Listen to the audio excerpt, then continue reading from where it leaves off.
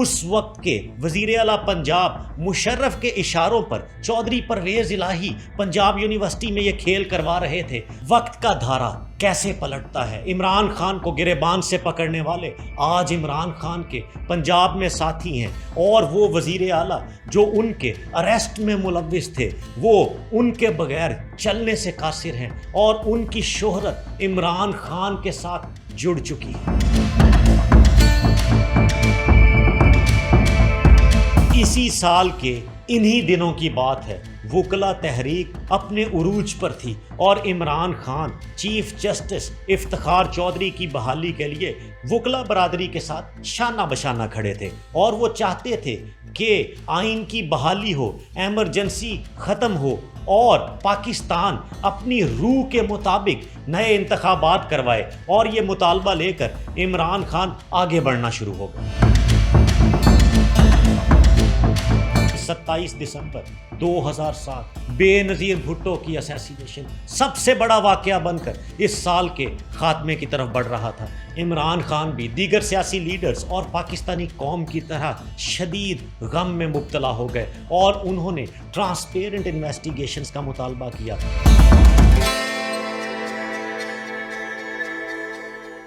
عمران خان نے 2008 کے الیکشنز کا بائیکاٹ یہ کہہ کر دیا، میں نہیں مانتا ایسا کوئی بھی انتخاب جو ایک فوجی ڈکٹیٹر کے انڈر ہو، اور وہ کنارہ کشی کر گئے۔ پھر سال 2011 آتا ہے، تحریک انصاف کا عروج کا سال۔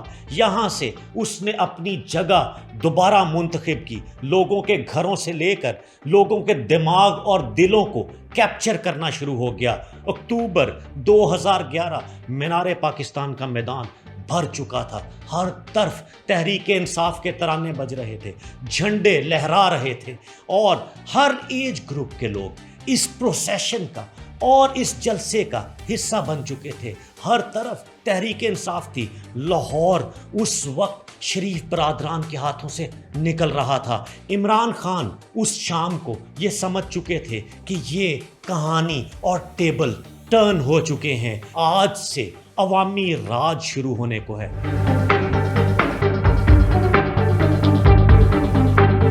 پاکستان تحریک انصاف کے حلقوں نے کہا کہ شرکا کی تعداد اس جلسے میں 5 سے 10 لاکھ کے قریب ہے، لیکن ان کے مخالفین بھی ہزاروں میں نہ لا سکے۔ انہوں نے کہا کہ 1 لاکھ ہوگی یا زیادہ سے زیادہ 2 لاکھ، لیکن بات اعداد و شمار سے آگے نکل چکی تھی۔ سمجھنے والے یہ سمجھ رہے تھے کہ 2011 کو ہمیشہ یاد رکھا جائے گا۔ اکتوبر کی یہ تاریخ عمران خان کے حواریوں کی تاریخ ہے، نئی تاریخ لکھی جا چکی ہے، اور اس کے بعد چودھری نثار علی خان جیسے نون لیگ کے مرکزی رہنما نے کہا کہ یہ کوئی T20 میچ نہیں ہے۔ عمران خان سٹیج پہ کھڑے ہو کر ہماری وکٹیں اڑا رہے ہیں اور کہہ رہے ہیں آصف علی زرداری کی وکٹ اڑا دوں گا اور نواز شریف کی وکٹ اڑا دوں گا۔ یہ تو میدان میں پتہ چلے گا، اور میدان سجنے لگے۔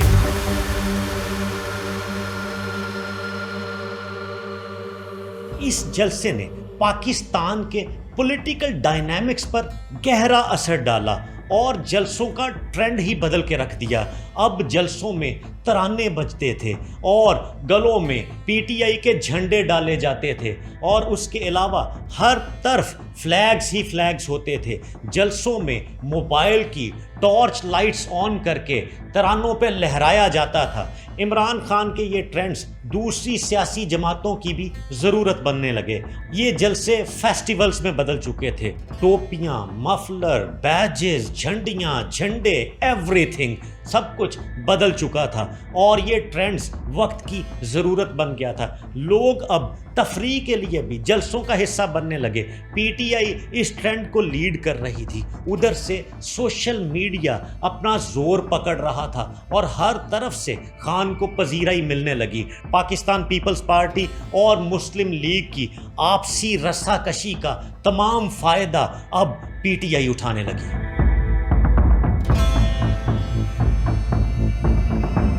مومنٹم بن چکا تھا۔ سال 2013 الیکشن کا سال تھا، اور اس میں بھرپور کیمپینز شروع ہو گئی۔ خان اپنی جدوجہد کر رہا تھا اور پاکستان کی دوسری سیاسی جماعتیں اپنی کیمپینز۔ لیکن 2013 کے الیکشن سے چند روز پہلے ایک بڑا ٹریجک انسیڈنٹ ہوا۔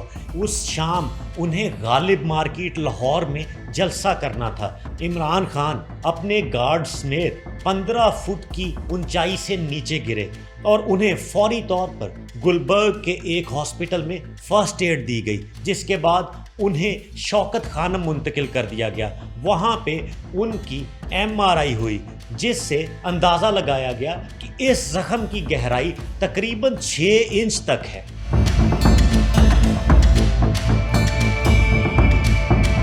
2013 کے جنرل الیکشنز میں عمران خان کی پارٹی نے مرکز میں 32 سیٹس حاصل کی اور حکومت بنانے میں ناکام رہے۔ اپوزیشن بینچز پر جا بیٹھے، لیکن خیبر پختونخوا نے اس کو ویلکم کیا کہ خان کو ہی جتوانا ہے اور صوبائی حکومت عمران خان کی بنی۔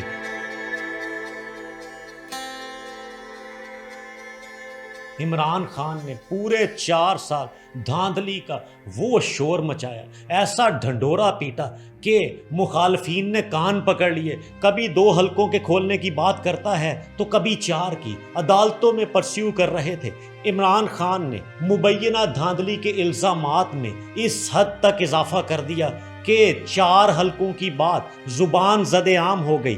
2014 میں عمران خان نے مبینہ دھاندلی کا شور ملک کے چھوٹے بڑے حصوں سے اٹھا کے شہر اقتدار تک لے آیا اور وہاں پہ اس نے لانگ مارچ کی شکل میں فیڈرل کیپٹل پر چڑھائی کی۔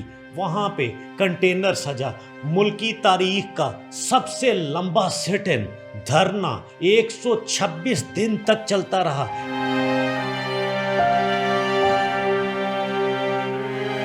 تحریک انصاف کے چاہنے والے ایک بڑی تعداد میں اس کے کنٹینر کے ارد گرد اور ملحقہ علاقوں میں صبح سے شام تک بیٹھے رہتے۔ عمران خان بلا ناغہ لوگوں سے بات کرتے اور اپنی کاز پہ روشنی ڈالتے کہ میں یہاں پہ کیوں موجود ہوں۔ لوگ ان کی بات سے ایگری کرتے اور اگلے دن آنے کا وعدہ کرتے۔ اسی طرح سے عمران خان صبح کو اٹھتے اور چند روز کے بعد اگر روڈ خالی بھی نظر آتی تو پاکستانی میڈیا کے کیمروں کی آنکھیں یہ دکھا رہی تھیں کہ عمران خان صبح کو کالا چشمہ لگا کر اپنے کنٹینر کے اوپر واک کر رہے ہوتے اور PTI کے ترانے بج رہے ہوتے۔ یہی وہ ٹرننگ پوائنٹ تھا جس نے سیاسی کلچر کو بدل کے رکھ دیا۔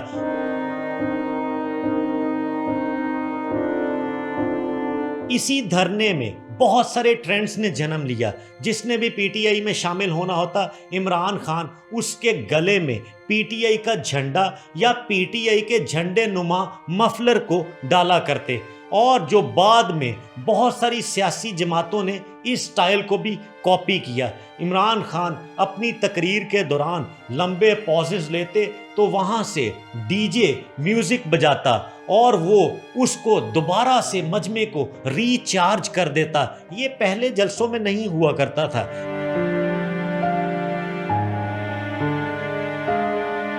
عمران خان کے لیے اس دھرنے کی اسٹرینتھ میٹر نہیں کر رہی تھی، بلکہ وہ یہ چاہتا تھا کہ وہ یہ اننگ لمبی اننگ کے طور پہ کھیلے اور یہ ریزلٹ اورینٹڈ ہو، اس میں سے کچھ نکالا جائے۔ لیکن انفارچونیٹلی APS کا انسیڈنٹ ہوتا ہے اور عمران خان کو طاہر القادری سمیت یہ دھرنا اور یہ معاملات وائنڈ اپ کرنے پڑ جاتے ہیں۔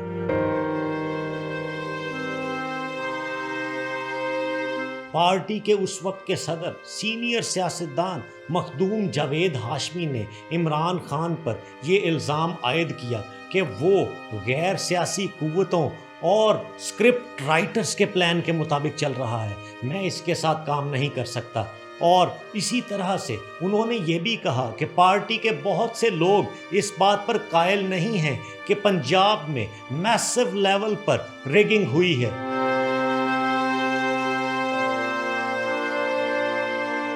دھرنے کے خاتمے کے چند روز بعد ہی عمران خان نے صحافی ریحام خان سے